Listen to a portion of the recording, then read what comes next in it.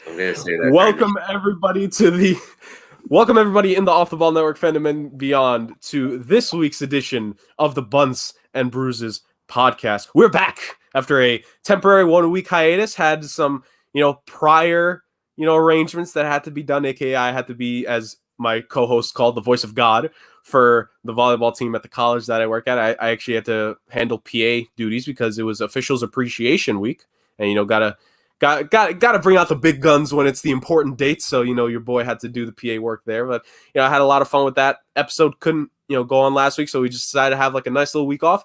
And this one is a day late because, yours truly had to present a special day yesterday. So, it was fun times all around. Big things happening in our personal lives. But right here, right now, podcast life, professional life, we are back with all of you. Of course, as always, is the Iceman Jerg coming to you guys with all the hockey knowledge. And of course, joining me, this man has already punched his ticket to the World Series. We don't need to wait for him to get 4 wins. He's already there, ladies and gentlemen. The Don, the baseball genius, James Garcia. My brother, how we doing today? All right, everybody say it with me. Happy birthday. No, I'm kidding, Jerry. I'm doing great, Iceman. I'm doing great. Happy birthday. Well, happy belated now at this point to you, brother. Don't worry. I took a beer for you. Everyone knows you ain't drinking it. I drank it good for you. But other than that, I'm doing good, man. It's been a week break. We had some things going on last week. I was busy. You was busy. Yesterday was the birthday, so here we are on a Thursday. But other than that, I'm excited, man. A lot of craziness has been happening in MLB playoffs, and we got to start the NHL season. So, it's been a pretty crazy 2 weeks for us over here. It really has been, and I think, we're going to do our usual routine. We're going to start with some hockey talk here. We have to properly finish, what kind of started a couple weeks back with the season preview. Of course, the season's kind of started, so, how much of a preview is it really? But we got a couple storyline-based questions for the NHL people to look at over this season. For everyone that's coming into the sport, these are some of the things that I personally am going to focus on that I think, is worth everyone's eyes to look at as this 2021 to 2022 season kicks off and really gets going here. And then, of course, we're going to talk about the MLB playoffs. It's been a little bit, obviously, so we got to do some updating, but mainly we're probably going to update what happened like as we go into the AL and the NLCS, because both series are one game away from, clinching and seeing the potential World Series matchup. We'll wait and see on that. But before we get to that, I want to play like a quick funny game. For everyone that listens to this on podcast, so I don't think we have enough live viewers to do this right now, but play a little game in your mind right now for what I'm going to say. Where in the world is James Garcia at this moment? James, I know the answer. Educate the people that are watching live and they're going to see this, see the video back. Where are you right now? I'm in Columbia. That's why I'm wearing the jersey. No, I'm kidding. I'm in Columbus, Ohio, actually. Home of the Mo and Jeff's Buckeyes, which actually I'm like 10 minutes away. I had zero clue until today. So I might go ahead and take a peek at that before I hit the plane again tomorrow. But you know how it is over here, Jared. Hotel living. I'm basically an athlete. Got nothing but away games, and that's when I'm my best. So you're a minor league baseball player, essentially. Well, first of all, breaking news, minor league baseball players are getting housing now. So kudos to that. Huge. Should have been done. They get paid pennies on the dollar. That's always great to hear. I'm not going to go into too many details because I don't know all the details really yet. I'll get back to you guys, though. Follow the Twitter. It'll be all over there. Article coming soon. Oh, yeah. Always catch us and all the great work that comes out on Off the Ball Network on the site, Twitter, Facebook. We have articles pumping out daily, and a bars baseball breakdown article on the minor league players and the housing they're going to get is definitely something that I for sure am going to read when it comes out. But let's get straight into it. No further waiting here for all of you. The NHL, of course, is back. Opening night started last week, and it started with aplomb. The Tampa Bay Lightning raised up the banner and, celebrating their repeat as Stanley Cup champions. And the Vegas Golden Knights faced off with the newest kid on the block now, the Seattle Kraken, and rightfully smacked them around. Well, it was technically a close game, but I think everyone knew that Vegas was going to win that game overall, as Bars gets a nice fist pump like, yes, we didn't lose to the new team, yes. Didn't give him the first win. But with that being said, our time talking the early parts of the NHL is not done. Of course, like I said, we went over the Eastern Conference and some of the stories to look at a couple weeks back. We're going to do the same now really fast here with the West. Going to be a couple less storylines this time to be a little bit more efficient, as certain people complain to me off the show. Not going to say who, Don. But But we're going to go over top 3 storylines that I myself personally have pointed out here for the Central and the Pacific divisions that make up the Western Conference in the NHL, and what to essentially look out for. Certain teams, you're technically going to look out for players as well, predominantly storylines surrounding teams going into the season. And what better way to start off in the Western Conference? Of course, the East was home to the defending Stanley Cup champions. Why not? And technically the finalists as well, with how last season's format was. But here in the West, what we do have was last year's President's Trophy winning Colorado Avalanche. In the Central Division, they have, the last 2 to 3 years, kind of had a run of the Central. They've been one of, if not the best team the last couple seasons in that division, and they've been consistently making the playoffs.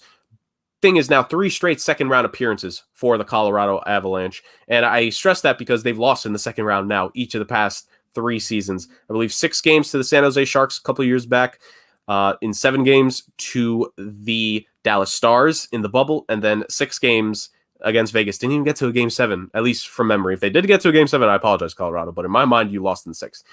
So my question ultimately with the Colorado Avalanche in the Central is, simply put, is this still their division to lose? I think when you look at the talent on this team, there's still plenty of offense to be had. Nathan MacKinnon is there.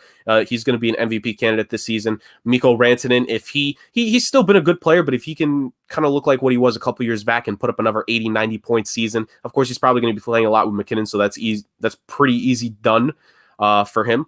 If he can show that he's not just McKinnon's guy and he can, put up a good amount of goals himself, that would be a big boon for the team.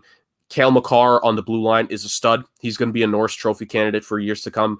Will he continue to just take levels in his game and be probably the best offensive defenseman in the game? That's a wait to be seen. But it's all about the defense with this team, and it's all about, say it with me, goaltending. Will the goaltending situation be enough for this team to capture the Central as easily as most would assume? And will they be able to actually advance past the second round this time? So those of you that followed us closely during the offseason, everyone knows that Philip Grubauer of recent years was lost in free agency. Colorado was unable to retain him, and so they had to scramble. They were unable to get who I thought would actually have been probably a good choice in Linus Ullmark. Maybe take he wouldn't play until later in the season, but maybe take a flyer on a Tuukka Rask. But no, the team had to trade a first-round pick and a player to the Arizona Coyotes for Darcy Kemper. And Darcy Kemper, be real here, he's actually not a bad goalie. I actually do like Darcy Kemper. He's a fine goalie, played really well when Arizona made it to they qualified just barely to be in the playoff bubble back to end the 2020 season. And I actually predicted it. They beat the Nashville Predators in the qualifying round of the bubble because, to me, on paper, they actually were better than Nashville that season. Darcy Kemper, he performed admirably. And in the first round, while the Coyotes got slaughtered, first-degree murder was done to them by the Colorado Avalanche. Funny enough, Darcy Kemper did have a game in that series where he stood on his head and he stopped the Colorado Avalanche for a game, which is easier said than done when this team is going. So, with that being said, the goaltending situation, on paper, it's not the same as last season, and they're kind of off to a slow start, but in an 82-game season, I think everything will rectify, and I think the Avalanche will be just fine. Bars, for as long as we've been doing the podcast, you've consistently heard the Avalanche as a Stanley Cup contender and a favorite. What do you think on paper is in the, in the future for this team, right? Do you think the Central Division is going to be theirs as I'm explaining, or do you think someone will actually be able to catch them? Because at least on paper, they're not as strong as they've been in recent years. I think they still got the Central Division. You're right. They're not as strong as they've been in recent years. But you look at the whole Central Division, which you've been talking about a lot off air. But when you look at the Central Division as a whole, it is a good division. But Avalanche are a step above everybody else, I feel like. I mean, me going into hockey, it might just be, a little biased because when I came into hockey, like you said last year, they were just step above. They were one of the best offensive teams in the league. So maybe that's just still tied to me, even though they did lose a couple guys. But I still think they are just a higher caliber when it comes to offense. And like you said, all they're really missing is that goaltending, which is what they needed more than anything in the playoffs. But we're going to completely ignore that part. But let me ask you a question, Jared. Since you've been talking about the Central Division so much, do you think that they have what it takes to win to take both the wild card positions? Because you do have the Avalanche there who are going to take it. And we do got a bunch of other good teams there. You got also, hang on, looking right now. You got Dallas Stars. You got the other team that I can't say because I don't know what their logo looks like. But either way, you know exactly what I'm talking about here. You don't want to say the St. Louis Blues because is gonna get Walker in the comments, and Walker's starting to annoy everyone with his NHL stuff in the OTB and Twitter chat. Definitely wasn't the Blues, trust me. Okay, all right then. I guess that's just me. So to go to your question first before we hit the final question. So in terms of the wild card, the way it works in the NHL in the typical alignment of how it's been the last couple of years before COVID, affected everything last year. The top 3 teams in each division qualify for playoff spots, and then it's 2 more wild card teams in each conference. And the way it works in the NHL is it's based off of points. So after the 3 division leaders are locked up in each one, who are the next top 2 teams regardless of division? So you can have 5 teams from one division make the playoffs if the next 2 teams in order in the conference are in that division. So I asked that because I think the Central Division is a lot deeper than the Pacific Division, at least on paper to start the season. Like we said, we've already talked about the Colorado Avalanche. We're going to get into the Blues and Stars in a little bit here, in regards to the final question we have about the Central. But every other team, it's my Chicago Blackhawks. So why do I talk about the Central so much? Because my Blackhawks are in it. The Winnipeg Jets, who made it to the second round last season. Minnesota, who challenged the Avalanche and the Vegas Golden Knights in last year's, COVID-riddled season and took Vegas to a 7-game series in the first round before they fell. And even the Nashville Predators, who surprised everyone last season with making the playoffs. Now, granted, maybe it was because their division was a little bit weaker than some of the other divisions, perhaps. I mean, it wasn't the weakest. We already know the North Division was that. But the Nashville Predators, UC Saros is a very good goalie. They still have a pretty solid defensive core, despite the fact that they traded Ryan Ellis. You still have Matthias Ekholm, who they just signed to a recent contract extension. Roman Josi is still one of the top defensemen in the game today. I really think the Central Division it should be the odds-on favorite to have both wildcard spots in the West because, like I said, it's the top 3 teams in the next 2. You have Colorado, you have Dallas, you have St. Louis. So let's just assume that's the top 3. Chicago, Winnipeg, Minnesota, Nashville. That's 4 teams. That's 4 more teams that could potentially make the playoffs. And they all can't do it, obviously, because there's only 2 more spots left. So that's what it all comes down to. And I think, and we're going to get into the Pacific in a little bit, so I'm not going to dive into it right now. But I just think on paper, I look at all the teams, even my Chicago team, which we are not doing well at the gate, right? And it's not looking good for us. I still think on paper, the Central Division is deeper. There's more talent. It's just better teams, better constructed. And you have more confidence in these teams to perform. You have more confidence in Minnesota because of what they did last season. You have confidence because Winnipeg has been a consistent playoff team for the last half decade. Despite Nashville maybe not being as strong on paper as they've been before, they got the good defense. They have the goaltending. Like, there's aspects of that team you can like that make you think that they'll compete at the bare minimum. And so that's why I think it's a real question you bring up, James. And I think so. I think they are going to get both wildcard spots, in my opinion, because I like those teams before I like the 4th team in the Central, whoever that may be. And even that is up for discussion. So yeah, to your question, James, this is the answer. Both wildcard teams will be from the Central Division this year. Mark my words. Well, Jerg, let's do that hockey. Let's get a little more into it. And as I said, starting the show, let's get it cracking, bud. We're gonna go. Hold on. That was a good one. I must give you that. That was a good one. I really wanted to say that for so long, Jerry, before they started. But let's go. Let's move on to the best division, not because of the Kraken and because I said that joke, but because my Golden Knights are in it, and you also got the Oilers. Give us a little deep dive into the Pacific Division. So the Pacific Division, like I said, they are more so a top-heavy division, and the middle division is very much a question. Not like the Central Division, where even aside from Colorado, St. Louis is a highly talented team that I think could be pretty good this season. The Dallas Stars are a highly talented team that, depending on health, because Ben Bishop is out to start the year for them, I think Tyler Seguin and Jamie Benn are both healthy to start. So they should be better on paper to begin, unlike what happened last season for that team, which was just, had they been healthy from the start and had they not missed the entire first 10 games of last year due to COVID, had that had to be rescheduled, I think Dallas probably would have made the playoffs at the end of the day. Just my opinion, of course. But that's the Central. So moving on to the Pacific, the number one question when it comes to this division, James, I know you wanna go straight into it with your little Seattle joke, but the number one question for this team has to be, the Vegas Golden Knights. Now, not any questions about Vegas. Again, kind of a rough start to the season in the first 3-4 games, like with Colorado. It's going to even itself out. Vegas is too good, too talented, too strong for us to worry about them. They're going to be one of the top 2 teams in this division, if not the number 1 team. So let's just assume that they will be the number 1 seed in the division. All right, James is already smiling about that. Who is the second team in this division? That, to me, is the biggest question about the Pacific Division coming in. We know the Vegas Golden Knights consistently since the franchise began, which isn't really that long ago, but hey, I like a flair for the dramatic.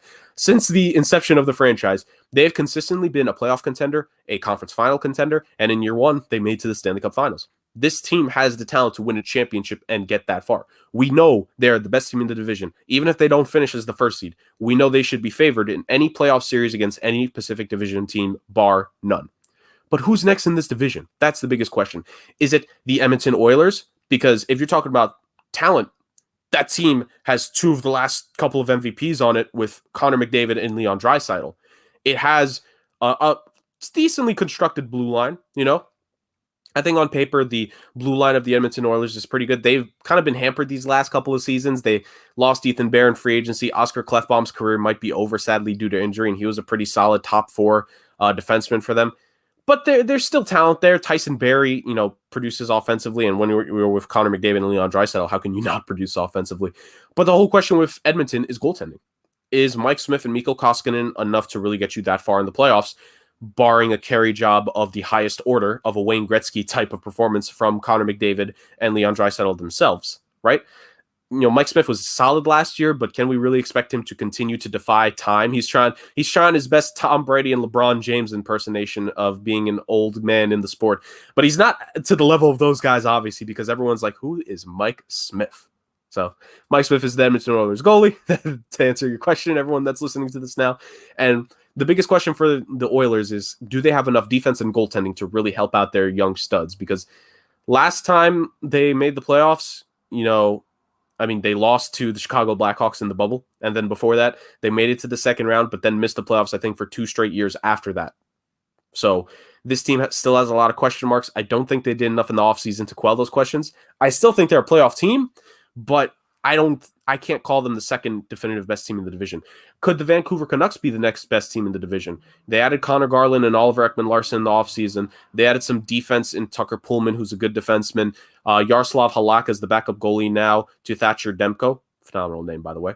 The 2 of them together in net, that's going to definitely be a better duo than Braden Holtby and Demko were last season, especially Braden Holtby, who's just completely fallen off the map. Bad gamble for him with the contract he took last season. Probably should have taken the money if it was there, and if it wasn't, that dude missed out on a lot. But Vancouver definitely has a chance. They re-signed, as I was heavily criticizing them this entire time, they re-signed Elias Pettersson and Quinn Hughes during the offseason. They still have Brock Besser, Bo Horvat, JT Miller's there. Tyler Myers, like a lot of you could say what you want. He's just a big body to at least throw around, collect a couple of hits. I think overall Vancouver is talented. They should be a playoff team. But again, there's nothing that screams second best team in the division from them either. So I think the number one question with this division, James, is who could the second best team be at the end of the season?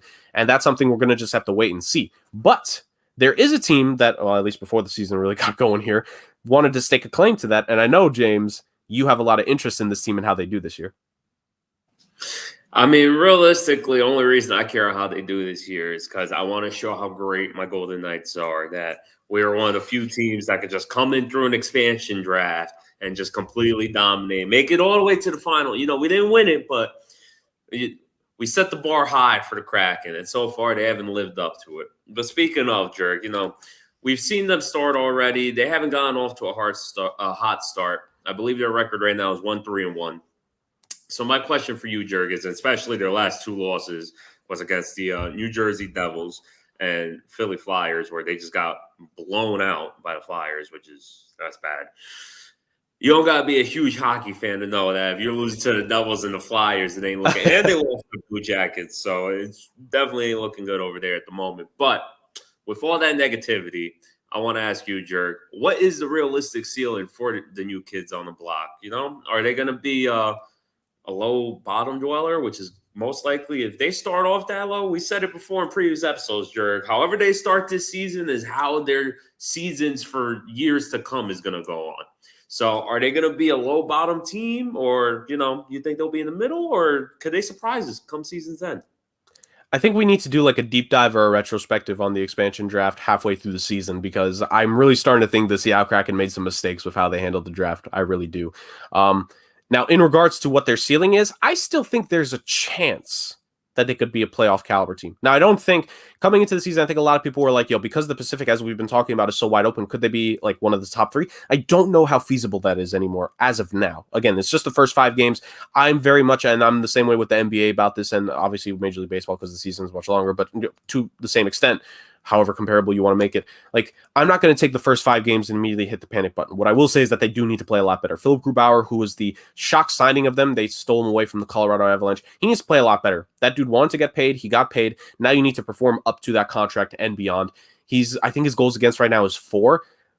A far cry from the Vezina Trophy candidate that he was last season, right? So he needs to perform a lot better. The defense that they drafted, the hope with this team was the fact that Grubauer, along with his defense, was actually going to perform fine, because in the expansion draft, I will say this, they hit to me on the blue line. They got Adam Larson, they got Jamie Alexiak, they drafted Giordano to be the captain and the offensive piece. Like, to me, they actually did a good job collecting defensemen, but now the defense has just been so bad now. Like you said, 4 goals against the Devils, 6 goals against the Flyers, a tough 2-1 loss to the Columbus Blue Jackets. That's more on the offense, but to the point, like, just different issues for this team cropping up at different times. I still think there's a chance they could be a playoff team, but the thing is that you'd have to hope for a massive drop-off from some of these other teams if you want to compete, because, like I said, in my mind, the wild card spots belong to the Central Division. So if that's going to be the case, you need to be the 3rd best team in this division. And how realistic is that? I don't know, man. I don't know. But I want to give the Kraken some time. I want to give them at least the first month and a half or 2 of the season, see how they really are, and then we go from there. Because like you said, Bars, this is the truest thing. However they perform this year is going to be the catalyst of how they perform the next 2 to 3 years in the league. Despite the fact that, Matty Beniers is waiting in the wings for this team eventually, and he is a talented 2-way player, it's going to take more than just him coming onto the team next season, most likely, to change the fortunes of the franchise around. It just is. So I guess moving on from the Kraken to the final question that I have for the Pacific Division is the California teams, right? I'm talking about the fact that this division is so wide open. The Anaheim Ducks, the Los Angeles Kings, and the San Jose Sharks, all California teams. All 3 of these teams starting in the mid 2000s to just up until a couple years ago for a couple of them, were powers in the Western Conference. The San Jose Sharks, for a good decade plus, were a consistent playoff team year in and year out. Made it to the Stanley Cup Finals in the middle part of the last decade. The Anaheim Ducks won a championship in, I believe it was 2007, and were a consistent challenger to the top teams in the West. A lot of the teams that ended up winning the Stanley Cup out of the Western Conference had to go through Anaheim. Detroit had to go through Anaheim to beat them. Chicago had to go through Anaheim to win the Stanley Cup. Like, the Anaheim Ducks for a while were one of those teams where it's like, if you're going to become the Stanley Cup champion out of the West, you have to beat them, right? So because of that, there is the hope that one day Anaheim could get back to that. And the Los Angeles Kings, same thing. They won 2 Stanley Cups. Which of these California teams will return to that status quo, right? Is it going to be one of the rebuilders, which we know they're rebuilding, and the Kings and the Ducks, and they still need to collect some young talent? They had good drafts this past year, but overall, there's still some pieces missing. Anaheim both teams actually have pretty good goaltending, funny enough, compared to the San Jose Sharks, who the Sharks have so much salary tied into their roster in Carlson, Burns, Couture, Meyer, Tomas Hertl, who he may be wanting to he may get traded. He's asking for a trade, which is not good to just start out the season with one of your key pieces that wants to get the heck out of there early on. But their goaltending is just so bad. The goaltending situation is just not ideal. So my biggest question is, can any of the California teams make it back to being a playoff caliber team this year in the 2021-22 season in the Pacific? I don't know. I really don't know. I don't like the odds of any of them. I still think the Kings and the Ducks are a year away. I think the San Jose Sharks, like, that team is just cursed, and I think their time has passed them by. I really do think so. And it's tough to be a team that I don't think you're in your prime anymore in your cup window, but your salary structure is that of a playoff contender. So I don't have a lot of faith in those 3 teams to make it. But like I said, the division is so wide open. Who knows? You get a good month and a half or so at the right time, James, you could get it going. Since, you're talking about how their salary is all tied up and you think that they're missing their window, I don't know much about the details. I'm sure our fans would want to know. What can you tell me about that Evander Kane situation, about how he's suspended 21 games without pay for what happened with the COVID protocol? And is it possible that they could trade him or something? Is there a way they could work this around? Evander Kane is trying to give the Buffalo Sabres a run for their money as being the most toxic thing in the NHL right now. He just is and it's really hard to outdo the Buffalo Sabres. I just want to say that off the top. It really is. No, so this dude is just that it's been the most tumultuous year and a half, 2 years of his life. He has over $20 million of gambling debts that he needs to pay off. There's been reports about his situation with his 20 million in gambling? Yeah. I mean, I don't know if it's all gambling, but he's at least $20 million in debt. I think today or yesterday, I think he either is going to declare bankruptcy or already has declared bankruptcy. So he's trying to settle that situation. Yeah, and for anyone watching visually, James just flinched at that. But so there's that. There's his whole situation with, I don't know if they're still together. I forget what the situation is. I'll just say the mother of his child. There's been issues with that. I don't want to get too into details because I honestly that of the situations with him, that's the one I'm the least familiar with, just because I really prefer that a lot of that kind of stays with them, they handle that. I don't want to get too much into that detail, but it's just it doesn't sound like he's being the best, husband to his significant other, and that's just an unfortunate thing. And the COVID thing, a fake card, man. How stupid can you be? How stupid can you get, man? I never call anyone that, just straight up stupid. But Evander Kane is making a very good case for himself of being the most toxic thing in the NHL within the last calendar year and beyond. He produced, I forget what the traveling situation was, but essentially he produced a fake COVID vaccination card. And this dude didn't get the vaccine. When the NHL has been one of the leagues actually that's really hard pressing on getting the vaccine for the players and the staff, he fakes it. And they suspend him for about a fourth of the season. I think, like you said, 21 games. It's an 82-game season, so that's just about a fourth, essentially. So I believe his cap hit is $7 million. I don't know what his salary is off the top of my head because cap hits and salaries in the NHL aren't always the same. But let's just assume it's a $7 million salary just for the sake of simplicity. Then he will have lost $1.7 million with that 21-game suspension. And depending on what his bonuses are, if there are any bonuses in particular with his contract for this season, he may have put himself in a situation where he jeopardizes the bonus money he could have gotten. Because typically bonuses on contracts are based off of games played, goals, points, etc., stuff like that. In certain cases, team performance, but I highly doubt that's in there when it comes to the San Jose Sharks. So this dude just screwed himself out of his money, and did he get himself out the league is the biggest question. This is going to be the story to look at for the next year because I don't know what's going on with him. I really don't. Is this a situation where he needs help? And I'm not talking about mentally, what is up that all of this is just hitting? Because it's one after another, James. And when that happens, I personally, I want to take a step back. Is there something, not to excuse his actions, but it's is there something here that we're missing? Is there just something that he needs help with? Because it should not be hitting like this. This is a whole different level of what the heck is going on with you right now, man. It really is. Last year was just the gambling debt stuff and a little bit about his family. This year, he's fully in debt that he needs to declare bankruptcy. It's really bad with his family life. This whole COVID vaccine card faking, this is not good. This is just not good at all. So all I'm going to say is this. I hope whatever, if there is something going on with him, I hope his people, that those are still close to him, that are choosing to be close to him, get him help, what he needs. He sorts everything out. He does right by his family. That's all I'm going to hope for this situation. Because aside from that, it's not been good. It's been, just terrible. That's all I could say. It's just been bad. Yeah, man, it's just, I don't know. There's more things important than sports, and this is one of them where you start worrying about the person themselves while in trouble. Hopefully you can see him have a better ending to his career or, a bounce back. You look at Antonio Brown where everyone was looking at him go crazy and everything, but he settled down. He's won a ring. He's going to win another one, and now John Gruden is the crazy one. But regardless, Antonio Brown was a prophet. Exactly. So let's move on though. Happier thoughts now, Jared. And you got any more thoughts left you want to throw out there for the NHL? No, I think we hit them all. I think we got to them all. Those are the last of the storylines that I'm personally going to look after. And hey, the season started last week. I didn't get to say last week because we didn't have a show, but bless us all that hockey has returned, and let us have a good year watching sticks on pucks, goals going in, saves being made, and once again, come June, which I hope it happens on time, the Stanley Cup will once again be awarded to someone. Potentially the Tampa Bay Lightning once again. We might see a 3P, we may not, who knows, but hockey's back, boys. That's all that matters. Yeah, you're gonna keep sending me those Breaking Bad gifs with Tampa Bay. He can't keep doing this. Kucherov is on long-term IR again. People are going to lose their mind if they pull off another wild trade. Please, Tampa Bay, set the world on fire. Trade for Jack Eichel. For the love of everything, please do it. Get everyone mad, please.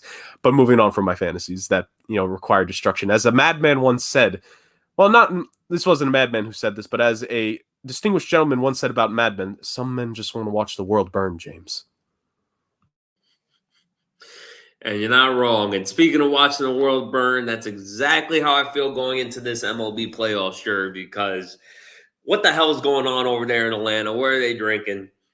Something's in the water, God knows. But regardless, let's update our fans real quick. From the last time you guys heard from us, it was right when the beginning of the wild card started. Boston Red Sox ended up winning that wild card, and the Dodgers ended up winning theirs. But moving on. Oh, wait, we already ended the wild card, I'm pretty sure. Either way, DS now. We're going to give you the brief talk real quick there. Braves beat the Brewers. We saw that coming. Actually, no, Jurg saw that coming. My apologies, because I could have swore Brandon Woodruff and Corbin Burns were going to come lock it down. But, of course, just as usual, the Brewers' offense just was not there. They couldn't put together enough runs or string together enough hits going together to just get something going. Yes, they had some dominant pitching, but it didn't work out at the end of the day. And the Braves swung their way out of that one. You look on the other side, you had what was easily, it felt like it was the World Series in itself. It was the first time ever, Jurg, where two teams, if you add their totals together, I believe it was like 111 wins. It was the first time ever you had two teams above 100 wins that totaled over 200 and like something. They made the most wins. I forget the exact stat, but regardless, it was the craziest thing. I tried staying up to watch the Game 7 with Max Scherzer closing it out. Unfortunately, they're playing in the West Coast, so Game 5, my apologies, guys. I always mix that up with DS and the CS, but regardless, Game 5, Max Scherzer closing it out. I tried staying up, but it was already like 1 o'clock, man. I couldn't. I knocked out. I locked out right when he came out into the field, but regardless, that was insane. One of the most insane things. It was literally a back-and-forth series, and at the end of the day, the reigning champs took over. What shocked everybody the most, I will say, I got to say, if it's not the Braves, it has to be this team. The Red Sox ended up beating the Tampa Bay Rays. No one saw that coming because everyone, including Jurg this time, everyone had Tampa Bay Rays going all the way to the World Series. So the fact that the Red Sox were able to string together, and this is really speaking on Alex Cora about how good his managing is, because it's making all the difference in the world. You never expected the Red Sox to be where they are when the season started. But here we are, and they are just almost, I'm pretty sure, a game away from making it all the way now to the World Series. So now updating this, we are now in the CS. It's Red Sox versus Astros, and it is the Braves versus the Dodgers. And let's just get right into it, Jurg. The Braves, what the hell is going on there? They're going crazy right now. Nothing but offense. You look at Eddie Rosario yesterday, who just was mashing the ball left and right. They ended up winning yesterday. I believe the score was 9-2 and took a 3-1 lead. It's looking all but over for essentially the reigning World Series champions, but who knows? Maybe they could pull something out. You really start questioning, and I want to ask you, Jurg, your thoughts on this, because I was thinking about this the whole time. Do you think that Max Scherzer closing on that Game 5 with the Giants screwed the Dodgers over? Because the fact that he pitched, then they tried acting all smart and getting all analytical and having Corey Knebel open up a game. I forgot what game it was. I want to say it was Game 4, but regardless, he got crushed when you should have just really gone straight to Julio Urias, Either way, the way that they had Max Scherzer closing it threw off all their bullpen. It threw off really their starting pitching. I understand why you did that because it's a win or go home situation. But regardless, do you think that has something to do with what Atlanta leading 3-1 is, or do you think it's Atlanta's offense that's just taking them over to the next step? And this is without their MVP, always front runner for MVP, and possibly one of the best players in the league, and Ronald Acuna missing half the season, if not more. Yeah, it's really interesting. So I definitely think there's an argument to be made that them putting Max Scherzer in that situation, because I don't even think he's pitched yet in this series. I don't think Mad Max has even pitched in this Atlanta series yet. I think he's going to pitch the last game right now. Game coming up. Well, I mean, no, I saw that they're going to start Joe Kelly actually. Man, last time Scherzer pitched, actually, no, he did start the series, I believe. He pitched game 2 or 3, but you know why we didn't remember is because he came out after 5 innings, and it wasn't a pretty 5 innings either. He actually said when he came off the mound, he just didn't have it. He felt like he had a dead arm, and that's not what you want to hear from your ace. Essentially your ace. If he's not your ace, he's your second ace. But regardless, you don't want to hear it from the guy you traded for to help you take that next step to repeat. You know, the whole trade Turner, just almost, if not more important, just as equally important in that trade. But the whole reason you made that trade realistically was for Max Scherzer. So the fact that he has a dead arm, and it possibly could be because of that closing inning, it raises a lot of eyebrows, to say the least. Yeah, injuries overall, I think, is just ultimately what's doing the Dodgers in here. Because think about it, they lost Clayton Kershaw before the playoffs, and we know now he's going to be out for the entire. Even if they do make a comeback once again, which we're going to get into that potential scenario very soon here. Even if the Dodgers do make a comeback and they beat the Braves and make it to the World Series, Clayton Kershaw is not coming back. Trevor Bauer is essentially like never going to pitch for the Dodgers again because I don't see him being on the team anymore. Never pitch again, period. Yeah, exactly. So there's that whole situation going on with him. Walker Buehler had a bad start in game 4. Like, we're talking about the Dodgers aces not doing well. Scherzer had a rough start there. He said he felt shot. Walker Buehler got ran off the mound in game 4. Like, it has just not been easy going for this Dodgers pitching in any way, shape, or form. And in part, it's because the Braves hitting, because the Braves did just enough in that Brewers series to where they could get past, but then they knew they had to bring their game because this is the same situation as last year, up 3-1 on the Los Angeles Dodgers. And last year, we're talking about what they're drinking, James, the complete opposite of what they were drinking last season, because last year they got up 3-1 and they choked. The typical Atlanta choke job was there last year, and it's up for grabs again this season. Who knows what we're going to see here very soon, but this Braves team has just become mashers. They're hitting consistently from Rosario to Freeman to just, man, anyone in the lineup. Even the pinch hitters they bring up, man, are just going to come out and they could hit a good shot into the gap and get a double. This team is doing it every which way. Kenton, when he came on a couple weeks ago, he said himself he believed the Braves were a dangerous team coming into the playoffs. I thought the Braves were pretty good, at least because I had them going against the Brewers and beating them. And I think we're starting to see why, because this team, not fully healthy, mind you, because just forget Acuna, James. Mike Soroka, the last 2 years, we have not seen him pitch. Imagine if he was healthy. Imagine if he had been healthy the last 2 years. Maybe the Braves make it to the World Series last year. Maybe they already finish off the Dodgers this year, Who's to say when it comes to that? So this Braves team, they have the talent, they're on the precipice again. It's all about, and we always talk about this in sports, it's that killer instinct, Bars. And I want to see if they have it now, because you've done your job again. You've gotten to the exact same situation you were last year.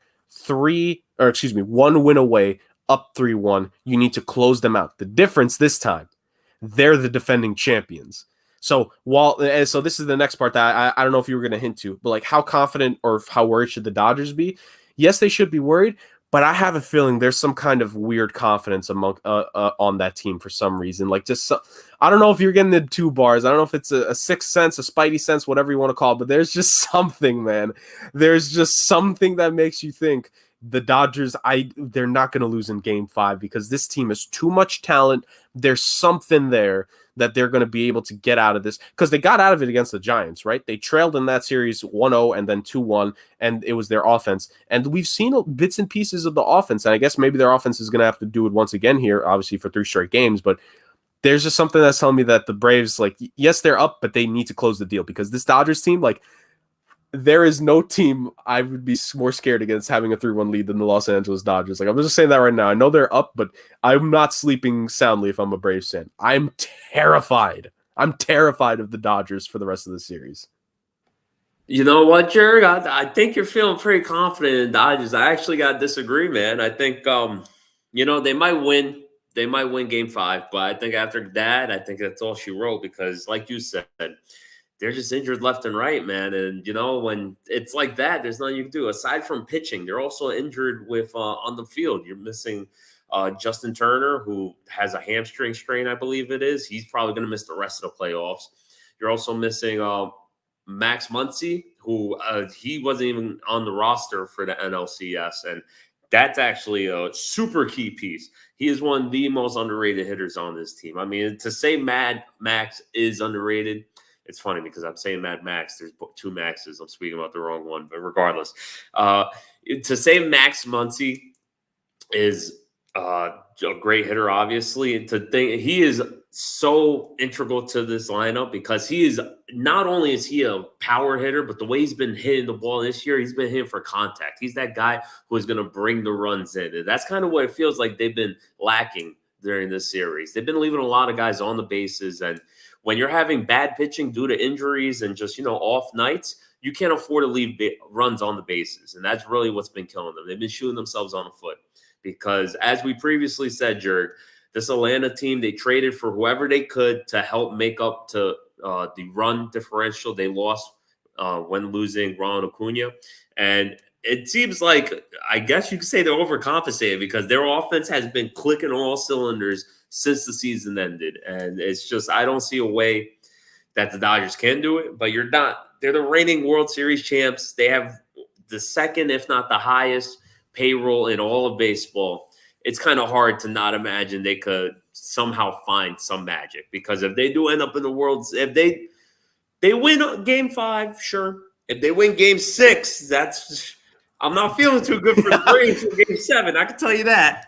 Especially because I think if they do win this Game 5, I think Mad Max is going to get the Game 6 start. And I think, correct me if I'm wrong, Bars, I think there's going to be a day break between Game 5 and 6 here, if I'm not mistaken. Or at least between 6 and 7. So because of that, that's an extra day of rest for Mad Max if they don't pitch him at all in Game 5, which I hope they don't, like just for intelligence sake. And then they get Walker Buehler for Game 7. Like, I know both of them were bad earlier in the series, but you're telling me both guys are going to get a little bit of extra rest here, and now it's like everything's on the line. Like, I'm terrified of that prospect. But of course, it all starts in Game 5. The Dodgers have to win Game 5. By the time everyone listens to this, the Braves may have just punched their ticket to the World Series. And if so, hey, congratulations in Atlanta. Like, you deserve it because you knock out the champs. Like, this is my mindset. Until the champions are down, James, they're not out. Like, there is no new champion until the old champion has been officially defeated, dusted. Unless, like, if the champions make the playoffs, they are the reigning champions. Like, that is the respect they deserve. And the Dodgers especially, like, until you beat them, until you get that 4th and final win, they're not gone. So I'm not going to count them out because I still think, like, there's just something about the Dodgers, man. Like, there's something there that makes me think, like, they're down, but they think, like, it's that mentality that you have to become a champion, right? So I think I'm getting this vibe from this team that there might be something here. We may not have seen the last of them. So that's all I'm saying when it comes to the Dodgers. And I mean, for the memes, James, because I love my memes. For the memes. And I'm sorry to all our Atlanta fans, but imagine the Braves blow this again. I mean, it's honestly the reason why the Dodgers are where they are. Like you said, they are the champions. It doesn't matter where they are in the playoffs. As long as they make it to the playoffs, you got to give them respect. But just real quick, and we'll move on to the other series. They came in the wild card, man, and they had to play the best team in the freaking NL, in the Giants, and that took everything they had. And, a little hangover, I guess, from one series to the next. But moving on. We're going to go ahead and talk. By the way, yes, there is one break. It's going to be tomorrow after tonight if they do win Game 5. But moving on, we're going to go ahead and talk about the other series, which has been crazier, definitely way crazy. It just, if not as good as the Dodgers-Giants series, it might be even better. And that's the series right now with the Boston Red Sox and the Houston Astros. Currently, Houston Astros are leading 3-2. By tomorrow, it could be all wrapped up, and, Astros are punching their way into the World Series, which I'm almost positive you also picked them as well, Jerk, to make it to the World Series. Whatever. Big brain over here. But it's this series has also, I mean, well, no one expected the Red Sox to make it this far, realistically. We were expecting a Astros-Tampa World Series. So I feel like personally, now that we know this is what the series is, this series is going exactly how anyone would have expected it, because these teams are almost equally matched in every way. I'd say they're about, I'd give Houston the slight pitching edge, but can you really, with the way the Red Sox have been playing lately? They've been lights out, whether it be pitching, whether it be hitting. It's just, it's almost impossible to stop. But the Astros have found a way to stop it for 3 games this series. So my question to you, Jurg, is do you think the Red Sox can bring it to a Game 7 tomorrow, or do you think Astros are punching their way into another World Series? And I think that's going to be what, their 3rd in 5 years, if not 4th?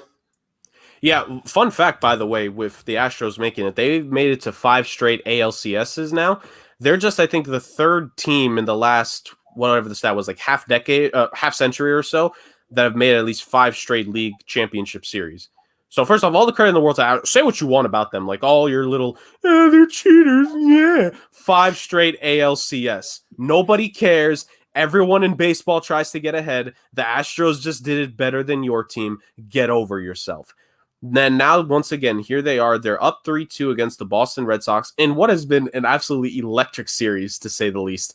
Like these guys are going back and forth with the homers, back-to-back grand slams with the Boston Red Sox earlier in the series, and the Astros trailing 2-1, bounce back, 9-2 victory, 9-1 victory. Like, this has just been scoring galore. Like, it's the games have been competitive, right? Because when the Red Sox won, they won 9-5 and 12-3. Like, the only close game has been Game 1, but who cares? Just for the sake of pure scoring, like, this has been one of the most entertaining series we've had in baseball in a while. Now, I do think there's a chance that the Red Sox could force a Game 7 here, because it's Garcia that's going to be out for the Astros. And while he's been pretty good, he lost earlier. He was one of the losses the Astros had to the Red Sox in the series. And in his start, he had 1 inning pitched in that game. 5 runs, 2 hits, 5 runs, 5 earned runs, 3 walks. It was just not good for him. And in fact, he was also the starter in the lone loss that the Astros had to the Chicago White Sox. So Luis Garcia has not had an easy road here in the postseason. I think you pointed out, James, that like while Luis Garcia was solid in the regular season, you had your doubts about him coming into the playoffs. And doubts well-founded, because he has been the weak link of the Astros pitching, which both teams, like, let's just be real here. Both these teams are here because we believed in their hitting more so. Now, granted, we had the Rays winning, but we ultimately see, like, looking back, perspective, right? The Rays were too inexperienced at their pitching to deal with this Red Sox hitting core. That has just been the definition of a mash unit in these playoffs, right? I think they lead the playoffs in home runs by far. Like they have to at this point. If they Eddie don't, Rosario after last night might be leading the playoffs. You're right. You're right about that. But I'm talking about a total team. I think it's the Red Sox, and if it's not, it would probably have to be the Astros. But like you have 2 of the best offensive teams that are remaining. The pitching isn't the reason that they're here. It's solely based off of the hitting. And hey, man, why not have a Game 7 just for the fact that I want to see some more runs like light up the scoreboard. But I think, despite what I said and why I think the Red Sox will ultimately force a Game 7, I could see the Astros finishing it off in 6, because I just think there's something about this team. They've been rising to the occasion, and I don't see the run support stopping for the Astros, because they're going to face Nathan Eovaldi, and it's really like here nor there with Nathan Eovaldi. You're either going to get a great game from him, or you're going to get a game where he only goes like 2 innings and he lets up 6 runs. There is no in between. You're not wrong there, but the guy's been pitching hot, man. He's kind of like their unofficial ace, essentially, with the way he's been pitching. I personally think it's going to be another I could totally see the Red Sox just blowing out the Astros tomorrow, and then it's going to be Game 7 is going to be just like Game 1, where it's just going to be back and forth, super tight, and that's what you live for, man. A Game 7 where it's just you're going to the World Series and it's just 2 teams killing each other. Honestly, it's just it just gets me so excited, speechless, literally. But I think just to say, Jurg, I really do think Nathan Eovaldi, I think he's going to step up, man. I think he's going to be exactly what the Red Sox need at this moment. I wouldn't be shocked if he goes like 7 innings, 0 runs, and Red Sox end up just crushing the ball. But if they don't, you know what? Let's just go straight to it, Jerk. I think it's I think it's going to be Astros going to World Series, but I would love to see the Red Sox win Game 7. But it's going to be Astros Braves. That's a really weird World Series, man. Who do you think is going to be in it? And I mean, yes, it's a World Series, so you're excited. But does this kind of have like that NBA Finals feel to it, where like it was Bucks Phoenix, and you're like, okay, I guess I'll watch it. You know? I don't think so, because I think the story of the Astros this year is compelling enough. Because think about it. People didn't get to give them their just desserts for the 2020 campaign because, it was such a shortened season and fans weren't really allowed into the stadiums for dang near the entire year. So people have wanted to do that this year, but the problem is that the Astros, it's like, oh no, we're still pretty good, by the way. Like, and we're going to make the World Series again and have at it. Yeah, I think the Astros, like you said, I think there is a chance that Game 6 could go to Boston. Now, Eovaldi, last time he was up, I will say this, didn't do that great. Only 2/3 of an innings and allowed 5 runs. Wasn't the strongest, but he has been their best pitcher in the postseason. So if he does bounce back, I wouldn't be surprised. But let's just assume the Astros win, right? Because we can only play the assumption game at this point, because when you're all listening to this, we're recording this on a Thursday night. So we have no idea what the fate will be here. We just don't know. Let's just assume it is the Astros. Who are they going to face? Man, I like I said, for the memes, I would love it if the Dodgers were to come back again. But let's just assume it is Astros and Braves. I kind of see what you're talking about, to where, like, Atlanta, they're not that team like they used to be in the 90s and the early 2000s, where they were America's team. It's like the media consumption has changed so much. People watch baseball and sports in general in such a different way that this series might end up being like Bucks and Suns, where it's like when we look back, it's if it goes to 6 or 7, it's like, this was a really good series. But in it, everyone's gonna be like, this is like one of the more boring World Series, and it's just like, okay. But when the series ends up going to 6 or 7, don't praise it as being super competitive, because you weren't all in at the start. This show, however, is all in. Why not Astros Braves? Let's have a little bit of fun with it. So I think it would, at least to us, James, it'd be entertaining, because you have the offense of the Braves and how great they've been. The offense of the Astros. It's all about whose team's pitching is going to do just enough. And if you're telling me we get a couple World Series games that are like 7-6, 8-7, come on now. Like this is what World Series baseball is all about. This is what the Fall Classic is for. The peak of Major League Baseball entertainment. Let's have at it. I'm just, me, Jerk. I'm just going whoever's in the AL. Screw the Braves. Hope they lose. I really do hope they choke. Simple as that. That's me being just to show how bitter of a Met fan I am. I hope the Braves lose and don't make the World Series. If they do, I hope they lose to whoever's in the AL. And I'm enjoying whoever's in the AL, because Yankees fans hate both teams. So, sorry, guys. That's it. It's just the truth. I'm a bitter Mets fan. It is what it is. But regardless, Jurg, that's about all we got today. Usual, just shout out anything you want to shout out. Shout out one more time to the birthday boy. Hey! But other than that, brother, it's a pleasure. Can't wait to watch the game tonight. Hopefully the Braves choke, just for the memes. That's my birthday wish for you, Jurg, is the Braves choke just for the memes.